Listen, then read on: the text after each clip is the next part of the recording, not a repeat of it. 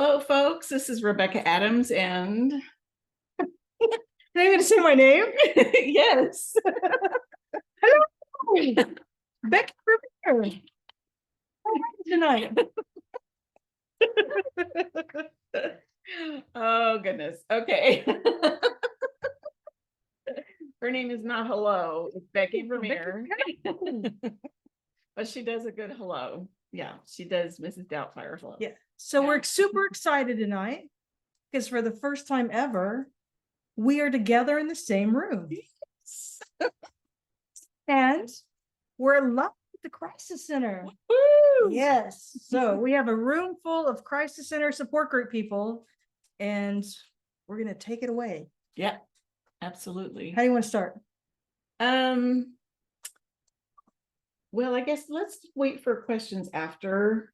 Yeah, just in case you have questions. So what we're doing is we want to protect the privacy of these ladies, and we're not going to have their voices or their faces on the recording. So we're just going to go ahead and dive in. Let's give a backstory. Okay, mine. Yeah. How about yours? Ours. Let's do our backstory. Okay, sounds good. How do we meet? Actually, the first time I ever met you, I was scared to death when they said the executive director was coming in the room. And I was sitting right over there in that office, and I was filling out all the paperwork, when you first come in. And all of a sudden, this person comes to the door, and I'm thinking, oh, it's her. And I just wanted to just shrink into oblivion and not be seen. I mean, I'm intimidating, so I get it. Yeah, you're so intimidating. And so I was sitting there and I tried to ignore you, hoping that maybe you would get busy and then you wouldn't want to actually meet me. So I'm sitting there like this, and I just keep doing what I'm doing, what I'm supposed to be doing, being a good girl. And then one of them says, this is Becky, our executive director. I said, hi. I felt terribly inferior. I really did, because this lady had a title, which meant that she probably had a college education. I didn't have any of that. And I felt about that big. And I was on the verge of just bawling my eyes out, because I had done the abuse inventory, or maybe that's what I was doing at that time. I'm not sure. And I was just absolutely a basket case on the inside. I'm like this, shaking like the leaf in a tornado. And yeah, it was really, it was tough. It was really tough. So I was glad you left right away. I didn't do anything to put you at ease. You did. Oh, okay. You did. Okay, good. Very much so, but I didn't feel at ease with you, because I still felt inferior. Yeah. So then as time went on and I needed to come in and talk to somebody, I don't remember the first time I went in your office, and I don't know why I went in your office just to talk to you. But I went in there and said, can I talk to you for a minute? Sure, absolutely. Just as friendly and set me at ease, and so she said, come on in. If you want to, you can shut the door and leave it open, whatever. And so we sat there and talked, and I was like, oh my goodness, this lady is for real, and it's genuine. It comes from her heart. She really cares. I will cry, and this is one of those times. It just meant so much to know that there was somebody, while I was in crisis, who genuinely cared about me, about what I was going through, and wanted to hear what I had to say. And this lady did. And every single time, she told me when I left her office, before I left, she said, you come back and call me anytime, come in my office and talk to me. And I thought, wow, she's the executive director, and she's inviting me to just come and talk to her anytime I want to. It just kind of blew me away. And so I did. I took her up on it. Finally, I got some courage and came in several times actually and talked to her. The most momentous meeting. And I told you I could point it out to you when I got here. It's right where the edge of that table is, right there. And we were standing there talking. And I had some questions that I wanted to ask her it was just really gnawing at me. And I guess I'm an intense person, like my dog is intense. And I just these things were just I think I was starting to write the book or think about writing it, and there were just questions that I had. And so you just stood there and you would answer me, and then that would prompt me to think of another question. I'd ask you that, and you'd give me this wonderful answer, and it just repeated over and over and over again. And then I'm a Christian, so I don't know how this is going to sit with anybody else, but there was just a the Holy Spirit just put an excitement in my spirit that what's going on here in this interaction and that electricity that you feel, that I knew the Lord was going to use that in the future, but I had no idea what, and I never would have anticipated this in a million years. So I don't know what you remember. You said you really didn't remember much about me, I right? remember having conversations with you, but the details of the specific conversations, not as much. Mhm. But I do know that I enjoyed the rapport that we had, and my door was always open, and you would come. And I enjoyed having conversations with you because you would take it out and process it and ask questions, and we could move forward. And so I Mhm. really appreciate that interaction. Yeah. Yeah. Well, it meant so much because what you said was, I mean, it's what you guys are watching on the videos on YouTube. That's the kind of stuff she was giving me. And I'm like, how does she know all this stuff? And it was just, I mean, you know what it's like to sit there and listen to those. I sit there and listen to it, and then I listen to it sometimes as many as 12 times over while I'm editing. And I'm still amazed at the stuff that comes out of your mouth. You know, it's what I need. And I'm sure it's what y'all need too, is going to be my guess. Um, so I don't know. Where else do you want to go? Let's rewind about 3 years ago, 2 or 3 years ago. So 2 or 3 years ago, I'm at home minding my own business, not bothering anybody. And I get a Facebook message from this person. About that long. And so as I'm reading it, I was like, okay, really interesting. And so what it was at that time, this was about the same time when COVID hit. And so everything shut down. One of the things that I love the most about my job is I get to do training and education. And so whenever I'm given that opportunity, I'm like, yes, let's do that. And so that was really dormant right then because nobody was inviting guest speakers, anything like that. People weren't gathering in groups. And so Rebecca sent me this really long text, Facebook message. And the essence of it was, hey, guess what? I've won a free year on a TV show, and I want to do a TV show about domestic violence. And would you be interested in doing that with me? Well, on the inside, I was like, absolutely, I would. But because I try to prayerfully consider things, I said, let me pray about that a little bit and I'll let you know. But it wasn't long, a couple of days. I don't even think, I think it was the next day. It may have been the next day. I was like, absolutely, I definitely want to do that with you. And so what was so interesting and exciting to me is we're talking 20 years ago when our initial interactions here at the crisis center started. And so, of course, I remembered you well. But as far as like having constant interaction with each other and that kind of thing, absolutely not. You had moved. I was still here. Life takes its turns and everything else. And so, but when she asked me to do that, I was like, this is absolutely the right partnership and this is absolutely the right fit. I was familiar with your story. I'd read your book. I was familiar with the speaking engagements and things like that you had done. And I thought, somebody is exactly like me. They're super excited to share information about domestic violence. Where's a forum where people can go to get educated and get support and get help? And this is the perfect opportunity. So that's why it didn't take me very long to say yes.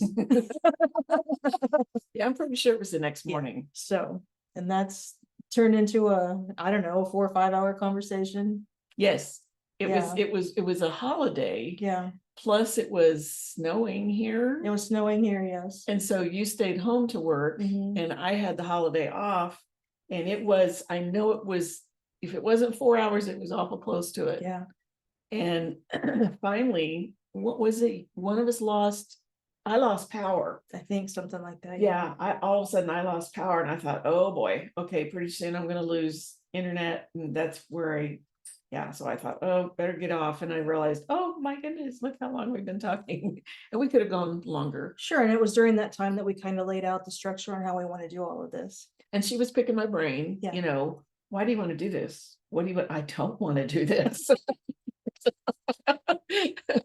Because it's not something that I'm just not super comfortable being in front of the camera. It's just, I've done it before, but I'm not comfortable with it. And so, I don't, do you remember some of the questions you asked me? It's been too long ago. Yeah. But so when we initially started recording, we were actually recording on a TV channel that we realized that people didn't have access to. And so we had this great information that we were putting together in videos and nobody got to see it. And so that's kind of when we evolved from there and started doing the YouTube channel. And so all of the videos from the TV show are on the YouTube channel, and then we just keep recording and we keep recording. So that's kind of the evolution of how all this came about. Yeah. Yeah. And it doesn't cost me anything or us anything to put this out, Yeah. Yeah. And so I thought, because y'all have been watching some of the videos and that we have Rebecca Adams live and in the flesh, I thought this would be a great opportunity for you to share whatever part of your story you want to share. Okay. And maybe for the people that are in the room to ask you questions, and how'd that work for you, or how did you get through that? And I'm just going to sit here and smile and nod my head. Because Becky the bobblehead. I'm good at smiling and nodding my head. So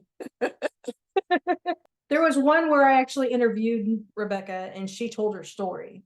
And so during that interview, it was similar to what some of the stuff that's in the book. Right? Yeah, I think that was 3 videos. But so I thought you also might as well share a little bit about your experience here, because we're in a room full of people who are staying here. Yeah. And so maybe your experience in here and how you transitioned from here, I think would be incredibly helpful if y'all are interested in hearing about that. Absolutely. Okay. So I'll just go back and do a brief over my history, but I'm a preacher's kid, but yet in our home, there was every kind of abuse. And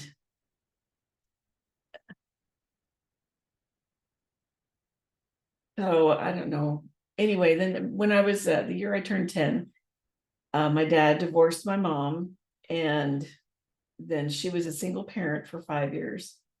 Those were the best 5 years of my life until I actually got free of the fear of, and I know there's a ton of years in between here, but free of the fear of my ex-husband as well. She was fantastic. Then she got remarried, and it was, on my end, it was horrible. This old farmhouse became my prison, and I had to change school systems. So I knew 2 people in that entire high school. And it's tough to switch schools in high school. You and your twin sister know that. And I just wanted out of there ASAP. And so the first guy that showed any interest, I guess it was the second guy after I graduated. And so we got married. And I always say it was actually our hormones that got married. That's what it was. And I think all of y'all can understand that. We're just all human beings, and we have that sexual urge, that need. And that was the reason that we got married. So it was not I just now see the picture over here you were talking about. Sorry. Oh. I'm ADD. Okay, so squirrel. Yes.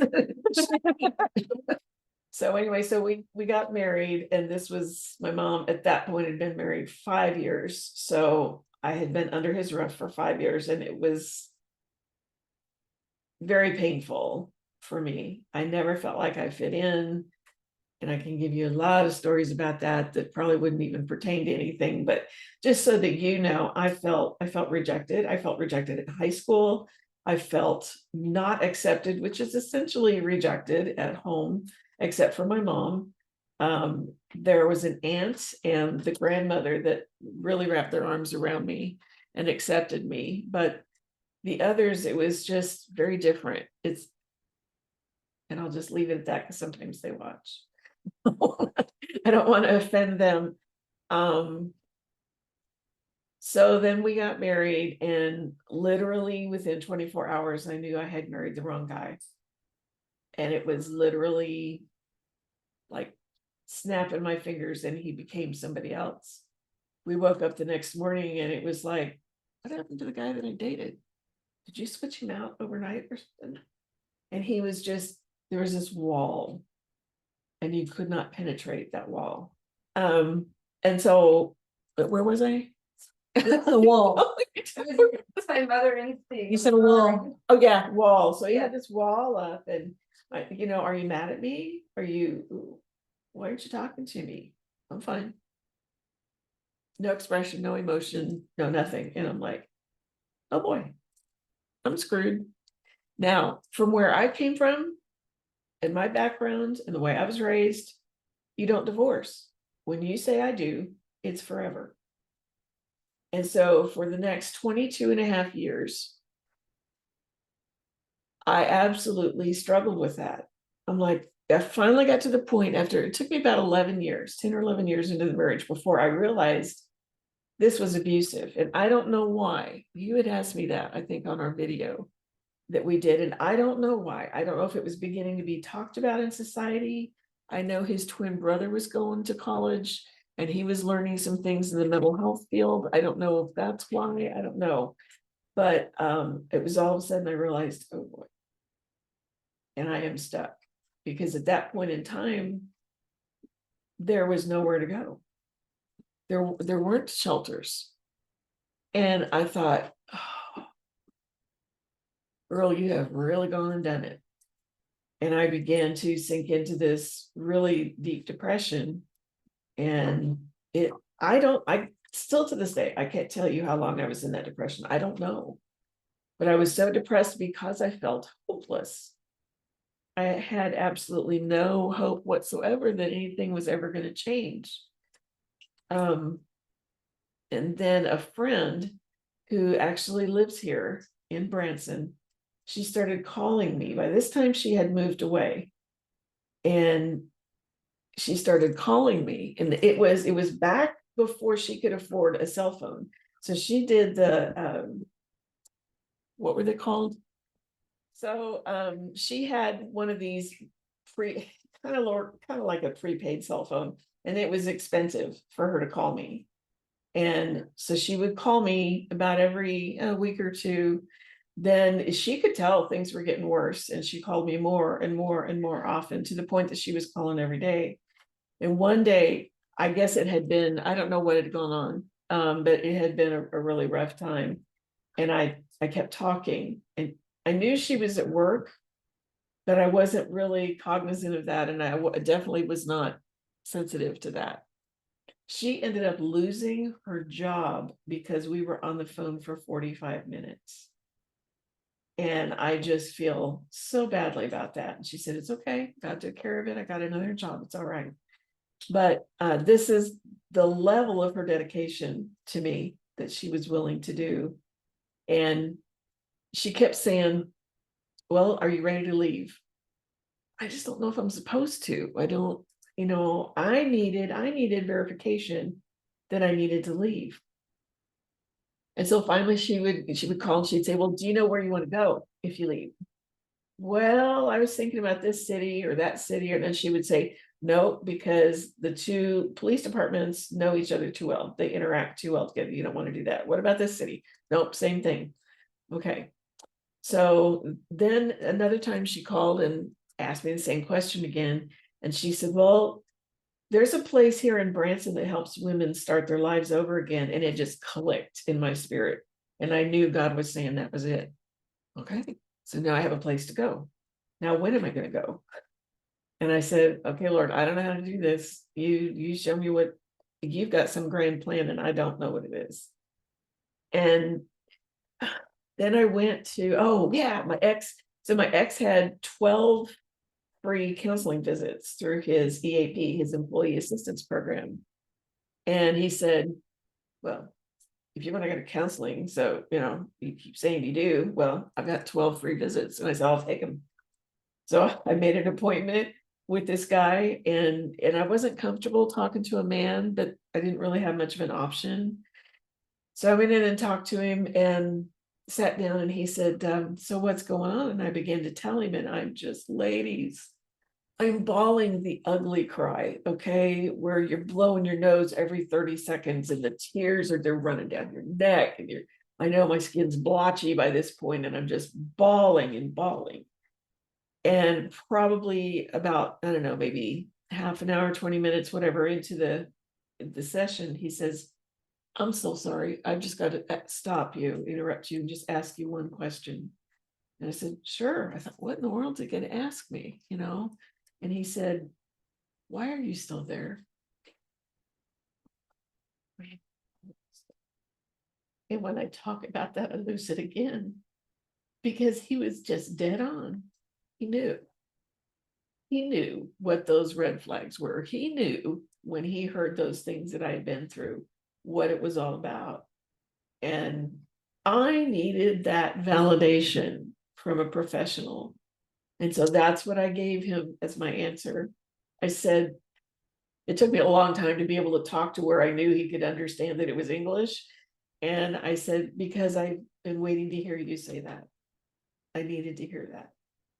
And he said, okay.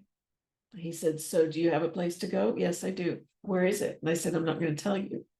I said, because let's say it gets down to a court proceeding and you are called to testify. You have to tell the truth. You've sworn to tell the truth. So if you don't know where I am, you can honestly say, I don't know where she went. Right? And he said, oh, yeah, you're right. And I said, so I'm not going to tell you. And he said, but is it a safe place? I said, oh, yes, sir. It's a very safe place. He said, okay, that's all I need to know. And so I skipped out of there after I still have 15 minutes left, I think, on the appointment. But ladies, this weight had been lifted off of me. It was like, okay, now I know I'm released to go and I can do that. And that's my life message is on releasing. And that's a whole nother 2 or 3 hour program. But I knew I had been released to go. It was God's time. It was the right time to go. And so the next morning, I left, and it was about 11:30, and I described that pretty much in detail in my book, when I actually left. And it was just a terrifying journey driving to Branson. It was, oh goodness, I had an oil leak, and I was so afraid that the engine was going to explode or something traumatic was going to happen. And what am I going to do to get it repaired? How do I know it's going to be a reliable mechanic that's not going to jip me? I didn't know what in the world was going to happen. And I was so scared because I had to drive through the town where he worked in order to get on the highway. And I was terrified that he was going to see me. And then he was going to start to pursue me. And then he was going to call the police department in that city, and they were going to begin to pursue me. And what am I going to do? And you know what? None of that happened. I worried about that stuff for nothing because it didn't happen. None of it did. And I was able to make it down here. And I actually came to a different shelter. They're no longer active right now. Well, I stayed with him. I don't know if it was a couple of weeks. It seems to me it was a week or two.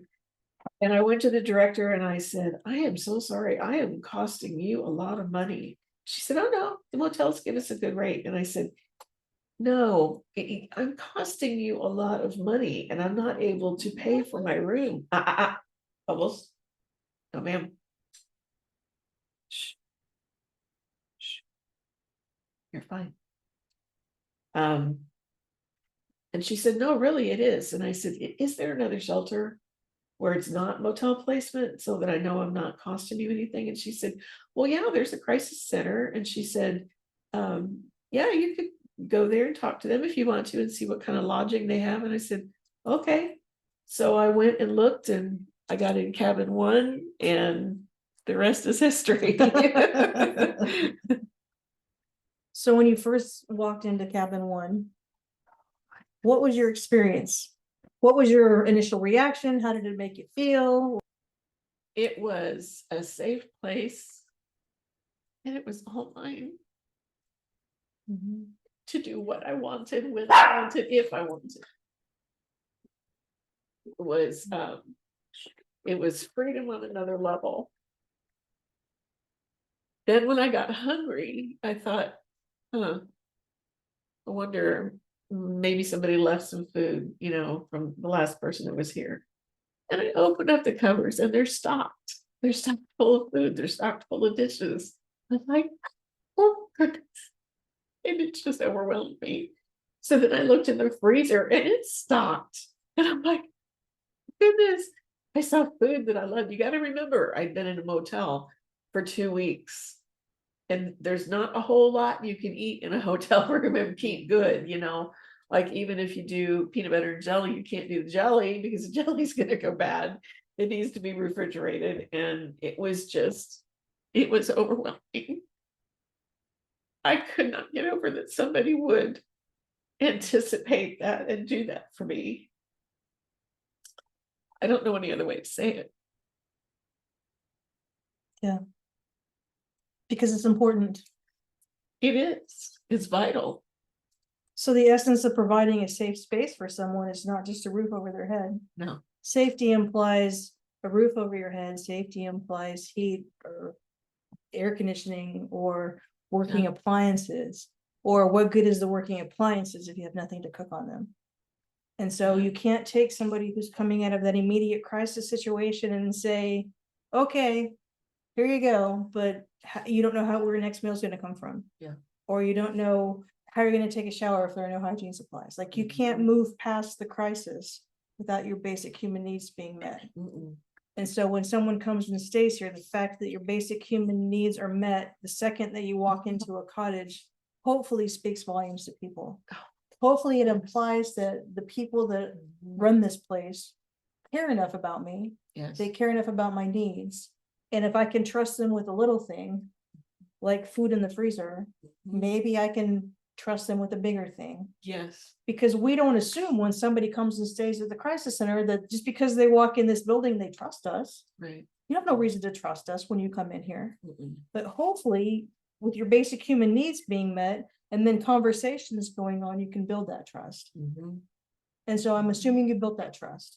Yes. So what happened after that? I stayed here. It would have been about another couple of weeks, 3 weeks. And then I don't know, at the other shelter, it was a restaurant, was where you'd go in, and then we could go in and eat as often as we wanted to. They wouldn't charge us. But with my weird hours, I was working like 55 hours a week. And so it was kind of hard to get in there when the restaurant was open. And I still needed to do that thing called sleep. So I went in there and I was talking to one of the ladies in there, and she was telling me where she lived. So she started talking about the apartment complex where she lived. And then one of the other workers in the shelter said the same thing. She said, yeah, I live there too. And they started talking about it, and it sounded like what I wanted. By this time, my youngest son, had told me he wanted to come down here and live with me. And so I thought, okay. So I knew I needed a 1-bedroom, because I figured I could sleep out in the living room and give him the bedroom, because he was a teenager and he needed his space. That was my thinking. And so I ended up getting an apartment, and my advocate here said, are you sure you want to do that? Because you could save up money, if you don't have to pay rent. And I said, yeah, I know, but it's costing me a little bit in gas, more than what I wanted to pay. She said, okay, it's up to you. So I did. I got the apartment. Now I wish I'd stayed longer. And I don't know, let's see, about a year later, something like that. And then I finally, my mom of all people said, I really think you need to file for divorce. Well, that just like rocked my world. I swear there was an earthquake that day, because that was the last thing I expected to hear from my mom. And she said, if nothing else, for legal reasons, so that he doesn't put your name on loans. You know what? When I filed for divorce, guess what he had done? Just exactly that. He had put out a loan, or filed for a loan, and he put my name on it too. I thought, you little buzzard. So yeah, I was very, very glad to get that finally done. And I had a lousy attorney. I really did. And I finally, after, no kidding, at least a dozen times where I had an appointment with him, and he would cancel for some lame reason, oh, my teeth are hurting. I need to, or I got food poisoning last night. I don't really care. You're a professional. Would you just quit? And so finally, on my day off, I was livid. And I went into his office. I didn't care what day it was. It was between a Monday and a Friday. So I went in there. I had my quilting in my lap and I had a magazine. And I just sat there in the waiting room. And the receptionist said, "Can I help you?" She knew who I was. I said, "Yeah." I said, "I'm here to see." And I gave her the name of the attorney. And she said, "Well, he's in court." I said, "Okay, I'll wait." So she's like, she had this, deer in the headlights look, and wasn't long and called. She said, "Yeah, I was here and she wants to see you." And he said, "Oh, court." She said,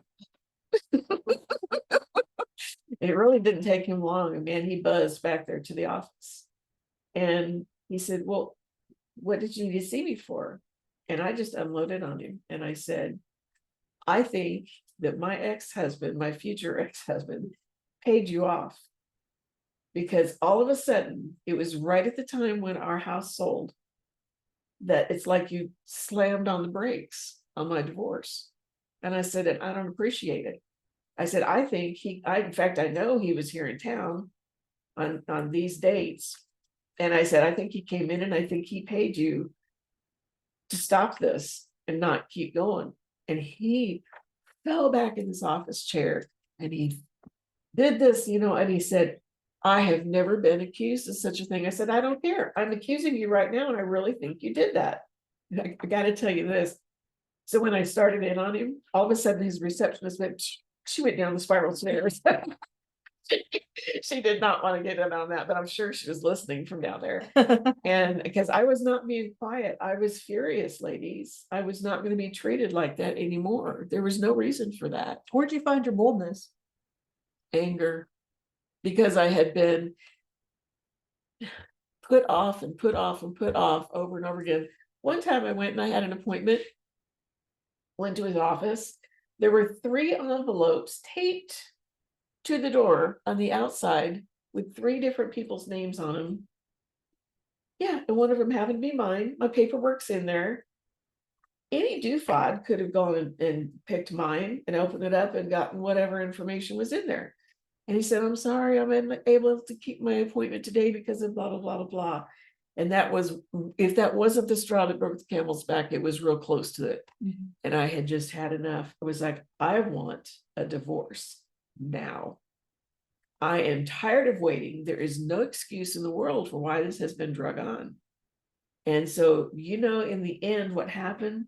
That guy gave me a full refund for what I had paid him for that divorce. He said, "There were 3 of you that," he said, "I really did not do a good job handling your case." He said, my wife wanted a divorce. He started having back issues and some other problem happened, a big issue happened. And he said, "And I just couldn't do it anymore." And he said, "I'm sorry." He said, "And I will issue you a full refund." And I looked at him and I said, "You'd better," because I said, "I'm getting ready to turn you in." And he said, "I don't blame you." And he gave me the name of the place to turn him in, Missouri Bar.